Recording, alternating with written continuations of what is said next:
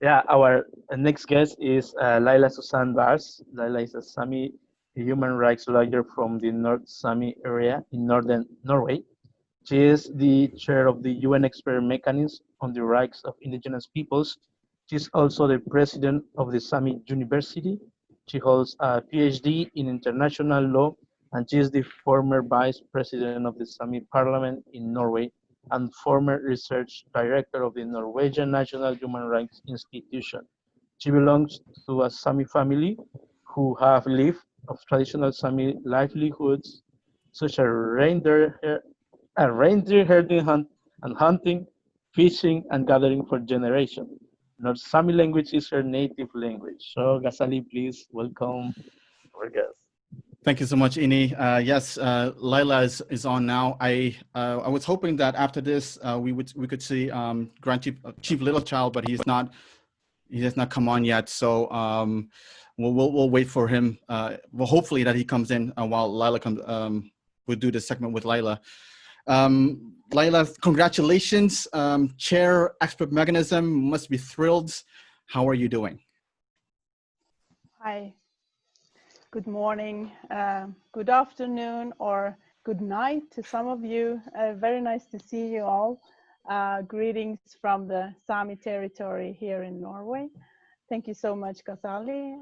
It's a true honor for me to be to become the next chair of EMRIP, and I'm totally into the work now. I have been working on proposals to the Human Rights Council for the past weeks, and now I'm really starting to feel how it is to be a chair of EMRIP. So it's a lot of work, I can assure you that. And it's been some wonderful days, also meeting with Francisco, Special Rapporteur, very nice to see you, and the Permanent Forum members. So it's been a very hectic week, but it's a true honor to be chair of EMRIP, for sure.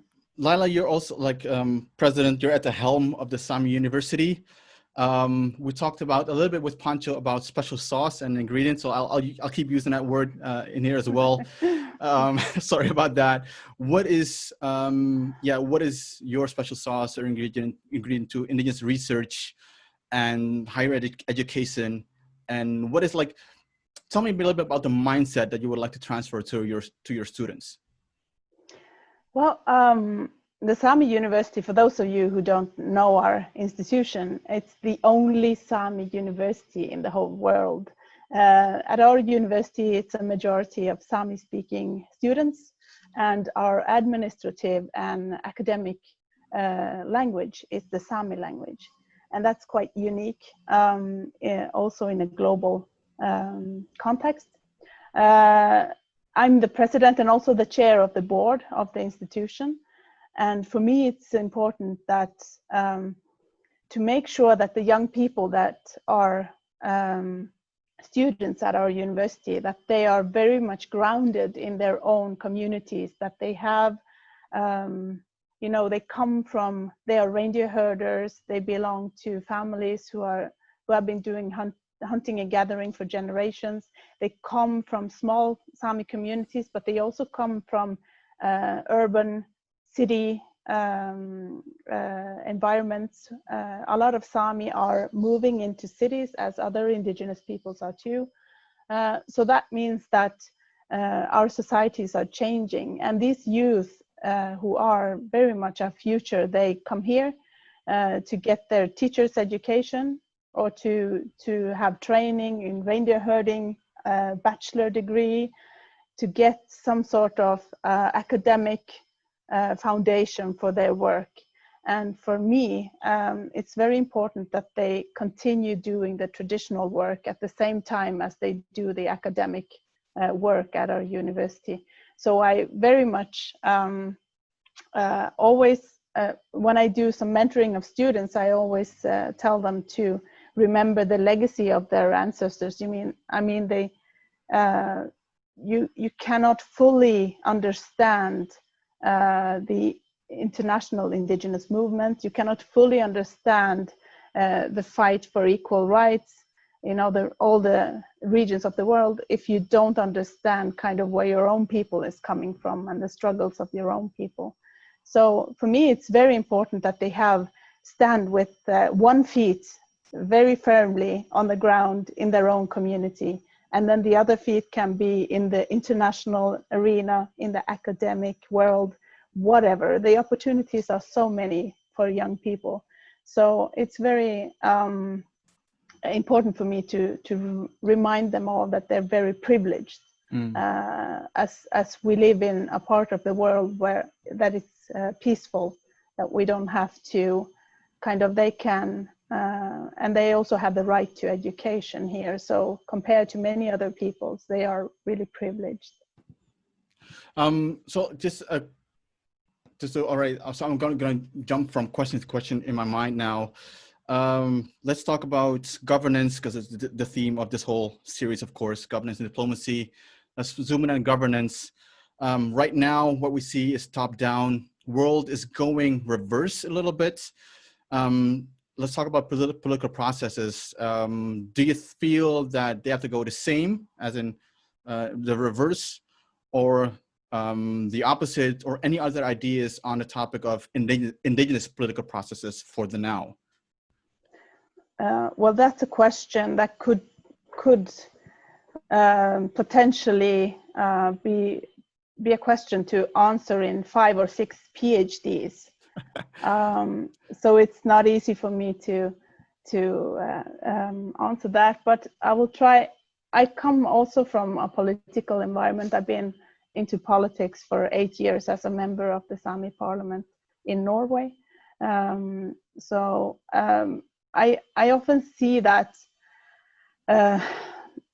well, it is often the problem is that many of these political processes are not initiated by indigenous peoples themselves, that indigenous peoples are kind of doing what Thomas mentioned. They're working on multiple levels.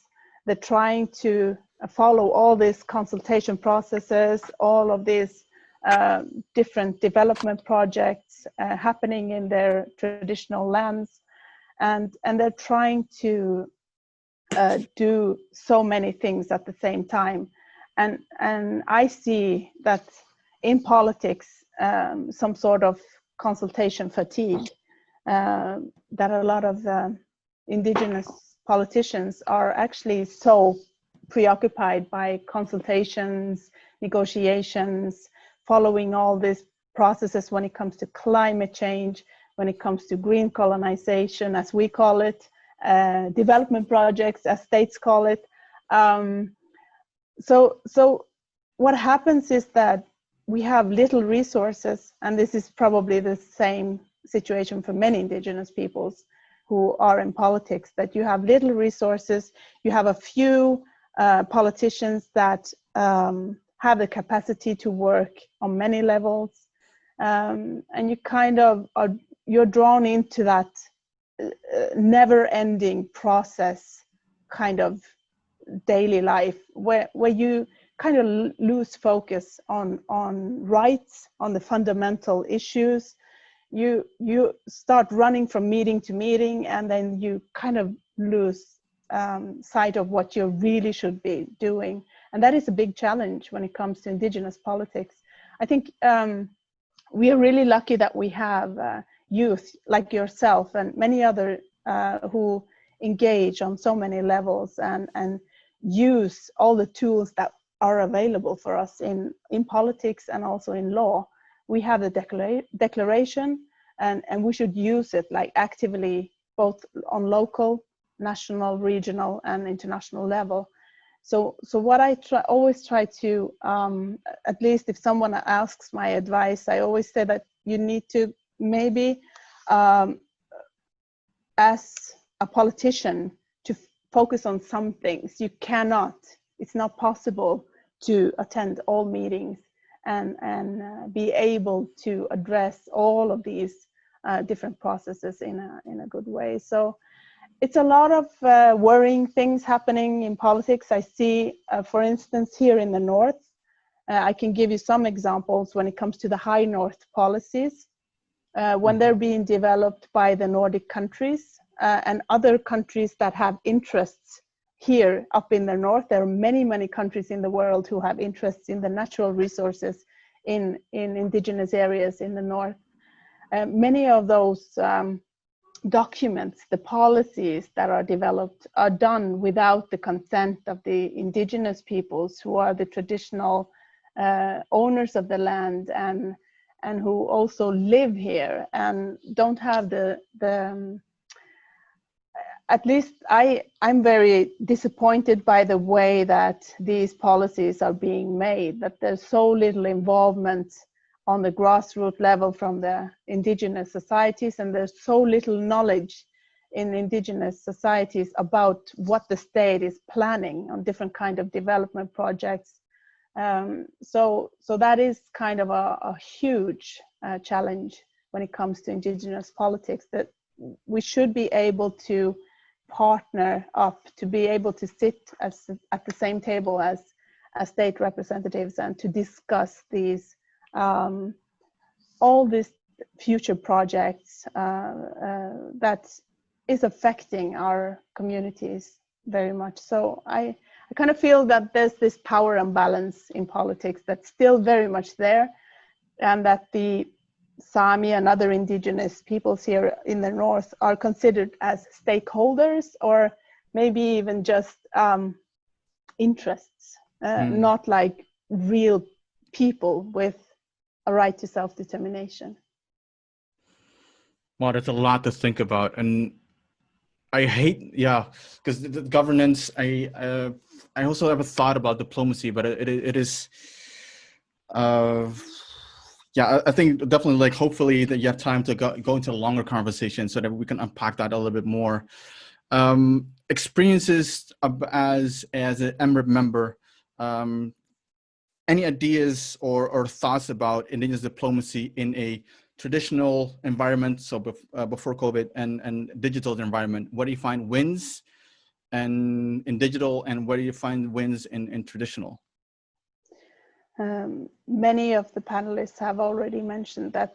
I think we all see that there are some positive things by this new situation, that we are able to meet in virtual meetings and able to discuss.